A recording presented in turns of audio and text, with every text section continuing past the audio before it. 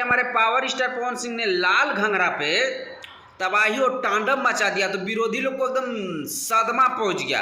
और ये देखिए हमारे पावर स्टार पवन सिंह का देवी गीत तो अभी बाकी है, जो कि पूरे यूपी बिहार झारखंड यानी कि हर एक जगह पावर स्टार पवन सिंह का ही देवी गीत बजता है।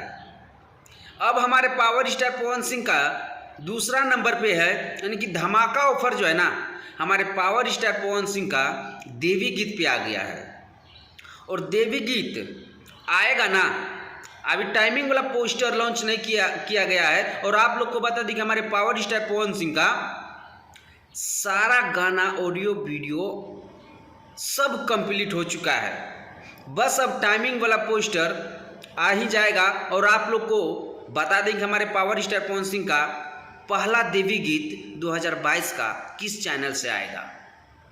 अगर आप लोग हमारे चैनल पे अभी नए हैं तो चैनल को सब्सक्राइब करके जुड़ जाइएगा, क्योंकि हमारे पावर स्टार पवन सिंह से जुड़े हर एक अपडेट आप लोग के बीच हम देते रहेंगे। और आप लोग को ये वीडियो कैसा लगा कमेंट सेक्शन में अपना राय जरूर दीजिएगा। और आप लोगों से मिलते हैं नेक्स्ट वीडियो में। वंदे मातरम, हर हर महादेव।